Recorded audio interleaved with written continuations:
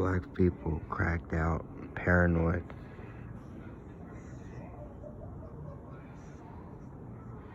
Because they got caught up and everything's on YouTube.